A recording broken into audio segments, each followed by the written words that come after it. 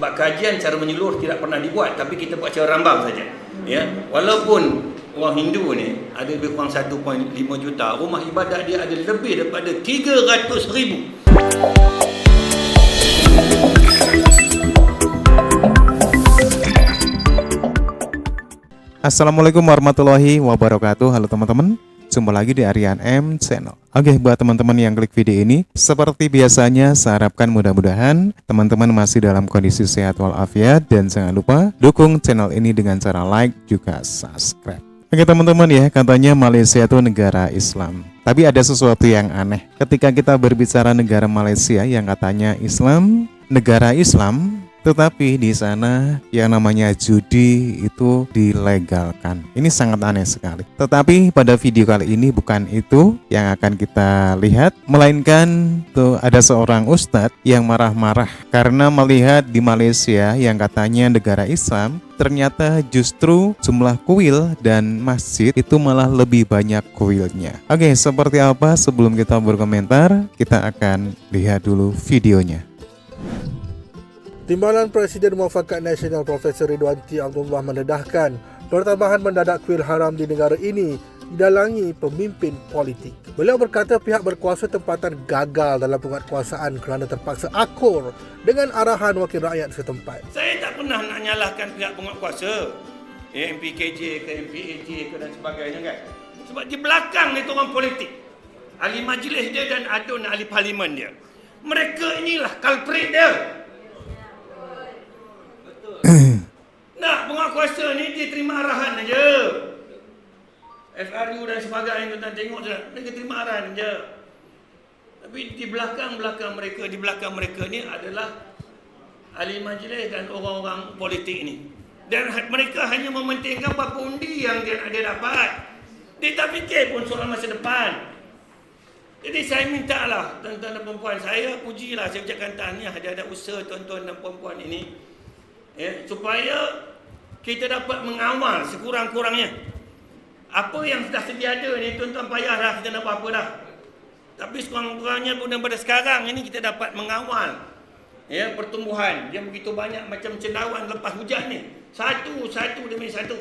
Ridwan berkata demikian dalam satu sidang media membantah pembinaan kuil di Mukim Ceras yang diadakan di Dewan Orang Ramai Kampung Bukit Dokong, Kajang hari ini. Dalam sidang media sama, beliau berkata pertambahan kuil di negara ini sangat membimbangkan. Ujarnya, nisbah kuil dan penganut Hindu semakin melampau apabila sebuah kuil bersamaan 5 orang penganutnya di negara ini. Dia umat Islam ni ada lebih pada 18 juta.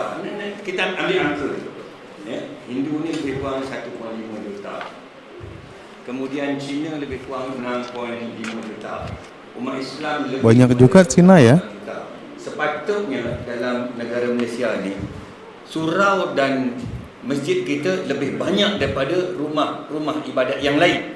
Tetapi kalau tuan-tuan tengok dari segi bilangannya, sebab kajian cara menyeluruh tidak pernah dibuat, tapi kita buat cara rambang saja.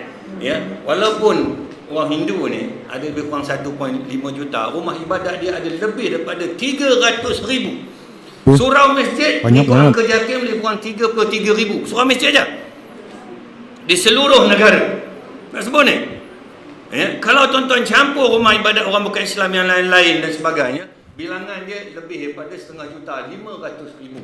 Maknanya kalau kita campur pun surau masjid 32,000 campur dengan surau-surau di sekolah, katakanlah campur lagi 20,000, lebih kurang ada 50,000 saja. Maknanya mereka ni lebih daripada 10 kali ganda lagi bilangannya. Saya dan perkara ni perlu dilihat secara serius. Saya daripada dulu cakap dah masalah ini okey. Dan isu dia sekarang ini oleh kerana ya, bilangannya tak ramai, tapi rumah ibadat terlampau banyak. Dan banyaknya pula, kebanyakannya terletak di kawasan tanah kerajaan, bukan tanah dia. Memahami kebimbangan Ridwan, Persatuan Pengguna Islam Malaysia PPIM menggesa kerajaan mengembalikan badan pemantau agar kuil tidak terus dibina berleluasa. Ketua aktivisnya Datuk Nazim Johan berkata, kealpaan orang Melayu pada masa ini amat berbahaya yang mengakibatkan kerugian pada generasi akan datang. Dan kalau kita tengok ya, kita minta kerajaan gerak kembalilah secara agresif mana badan-badan yang bertanggungjawab untuk mengawal selia. Pasal saya ada cerita tadi dengan kawan pun, dengan Prof pun ada sebut, katanya kita gerai kuil di Malaysia ni sampai 300,000 lebih. Jadi apakah maksud ini semua? Tiap rumah kali ada kali ya.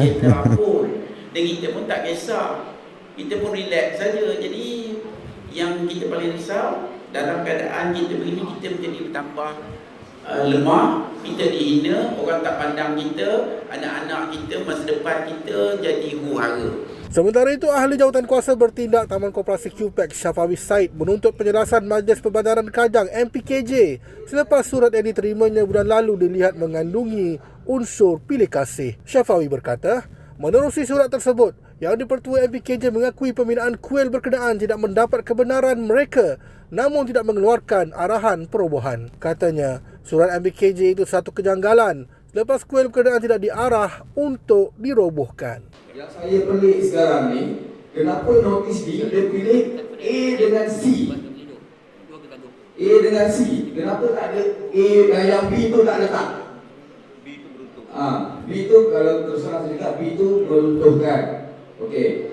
Sepatutnya kalau dah keluar section 72 ni, tak ada pilih-pilih lah A, C ke tak ada. Dia kena keluarkan semua A, B, C. Okey, ni contoh lah. Contoh, salah satu rumah penduduk kita juga kan, yang ada masalah. Kenapa yang ni boleh letak A, B, C? A, B, C. Kenapa ada yang boleh pula nak meruntuhkan? Adil tak untuk kita semua kat sini? Saya rasa memang tak adil kan? Nampak ni macam ada double standard pula daripada pihak majlis, MPKJ. Bagi saya tak boleh lah macam ni. Sebab kami semua bayar cukai. Dan duduk kat sini semua bayar cukai, betul tak? Kan? Jadi tak boleh lah orang suka-suka lagi buat macam ni. Oke teman-teman ya, demikian di mana Malaysia yang katanya negara Islam, tetapi pada kenyataannya justru ada perbedaan jumlah tempat ibadah antara masjid dan kuil Hindu, di mana kuil Hindu ini katanya lebih banyak. Nah ini tentunya ada politik ya di belakangnya. Bisa jadi pejabat-pejabat di Malaysia juga banyak dari orang-orang India lebih memberikan kemudahan bagi pendirian kuil-kuil di sana. Dan juga ada satu yang aneh di Malaysia, ketika Malaysia dikatakan negara Islam, tetapi anehnya kenapa judi kok dilegalkan? Itu yang menjadi pertanyaan buat kita. Oke teman-teman ya, demikian satu buah video, dan silakan kalau teman-teman, oke demikian teman-teman ya, oke teman-teman ya, demikian satu buah video, dan silakan teman-teman kalaupun mau berkomentar saja, tetapi jangan lupa like and subscribe. Terima kasih dan wassalamualaikum warahmatullahi wabarakatuh.